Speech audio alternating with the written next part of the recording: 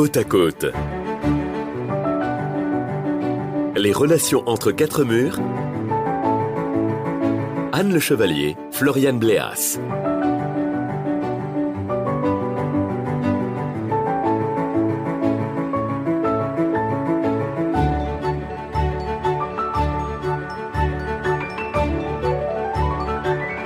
Bonjour à tous, on se retrouve pour ce 3e numéro de Côte à côte avec Anne Le Chevalier, psychopédagogue en Normandie. Bonjour Anne. Bonjour Floriane. Aujourd'hui, on a choisi de parler des fratries et des enjeux de pouvoir dans ces relations. Comme dans toutes les relations, évidemment, celles entre les enfants, entre des frères et des sœurs, a fortiori en période de confinement, c'est pas forcément simple, Anne. On va parler d'abord de cet enfant et son histoire, le premier de votre grande famille qui est arrivé au monde et vers lequel tous les regards familiaux, celui de sa maman, celui de son papa, se sont penchés vers lui. C'est à cet instant que l'humanité de votre enfant et l'humanité de la maman se croisent et est englobée par celle de son père. L'enfant naît au monde par le regard. Ensuite de quoi, il va grandir et vous porterez toujours, le père comme la mère, un regard attentif à cet enfant. Le regard sera donc uniquement porté vers lui. Peu de temps après, arrivera dans la famille, ou un temps plus ou moins long selon les familles, un deuxième enfant. On dira le deuxième est né. On peut entendre le deuxième est né ou le deuxième est né. Mais le premier entend un deuxième est né, c'est-à-dire un autre enfant égal à lui-même. Et à cet instant, quand apparaît le deuxième enfant, tous les regards se portent vers ce bébé, les grands-parents arrivent. Le premier qui avait l'exclusivité de regard verra tout le monde s'extasier sur les petits pieds, les petites mains. Des comparaisons sans cesse, pas toujours flatteuses pour le premier, seront faites. Et à ce moment-là, l'enfant va tomber dans un grand froid. Mais alors, qu'est-ce que fait le parent, Anne, face à cette situation pour apaiser les relations entre les frères et les sœurs ? À ce moment-là, le parent ne peut pas réellement se rendre compte. Et cet enfant premier-né va devenir le grand. Quand il deviendra le grand, ce ne sera pas un privilège, comme ça pouvait l'être sous Louis XIV avec tout l'héritage pour lui, ce sera au contraire que des devoirs. C'est-à-dire, tu es grand donc, tu peux peut-être manger tout seul. Tu es grand, alors peut-être tu pourrais comprendre que là je suis occupée. Enfin, tu es grand, va chercher ton jouet seul. Enfin, tu es grand, mais enfile ton pyjama. Donc, le grand, ça veut dire quoi ? Ça veut dire j'abandonne, ou plus exactement, je suis abandonnée par ma maman. Les regards vont se porter vers cet enfant, la colère va monter, l'injustice et parfois, bien sûr, évidemment, la jalousie. C'est-à-dire, en termes simples, j'aimerais tant que ces regards soient portés sur moi. J'aimerais bien être à la place de ce petit bébé. Et on voit apparaître diverses choses. Donc pas forcément facile, ce rôle d'aîné dans une fratrie.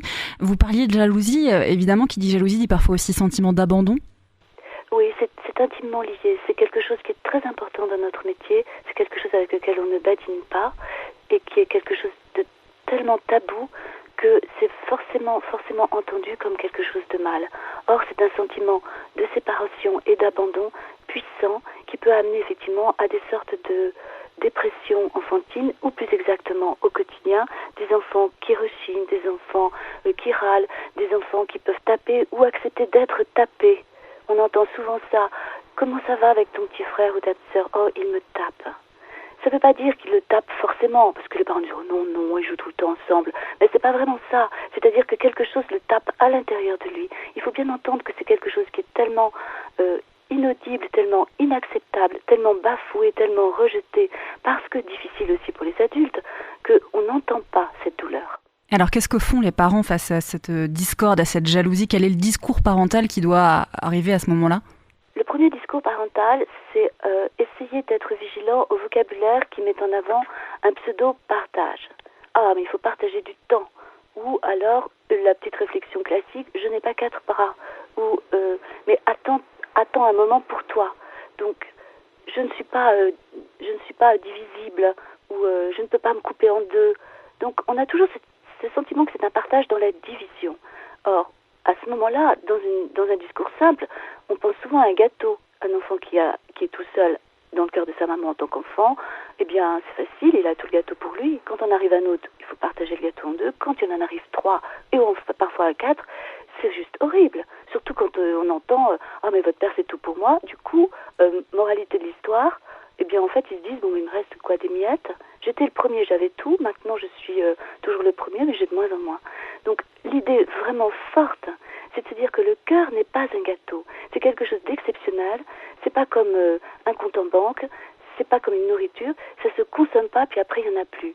Plus on donne d'amour, plus on en a, plus vous porterez un regard bienveillant vers votre enfant, quelque chose qui le rassurera même physiquement. Quand vous voyez qu'il se décompose un peu, ou qu'il ronchonne, ou qu'il dit « oh, il m'embête », etc., rapprochez-vous de votre enfant, prenez-le contre vous, caressez-lui la tête, enveloppez-le de votre bras et dites-lui simplement « t'inquiète pas, ça va aller ». Je crois qu'il a besoin d'être rassuré sur l'amour que vous portez à votre enfant et sur la place qu'il prend près de vous. Donc on a bien compris, on fait attention au vocabulaire et on a les bons gestes avec les enfants dans ces fratries. Merci beaucoup Anne Le Chevalier, psychopédagogue en Normandie, pour ce nouveau numéro de Côte à Côte. Évidemment, on ne se quitte pas réellement, on se retrouve dès demain. On reparlera des couples après en avoir parlé déjà dans un précédent numéro, mais alors cette fois les couples plus, c'est-à-dire les couples qui ont de la bouteille comme on dit. Merci et à demain Anne. Podcast by Tendance Ouest.